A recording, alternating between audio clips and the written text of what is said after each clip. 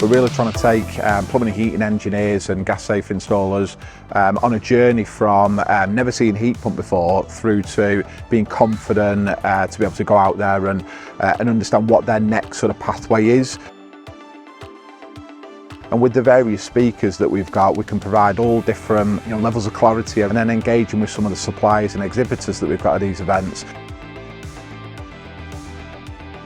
Why I'm here today is not to prioritise about how we're going to save the planet.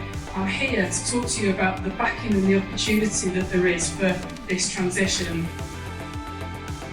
It's nice to see other manufacturers here actually, because the industry is still on a massive growth curve. So events like this, where it gets new installers interested in the product, they can understand it, and some of the old installers can actually come along and see the new products that are available and how the market's growing.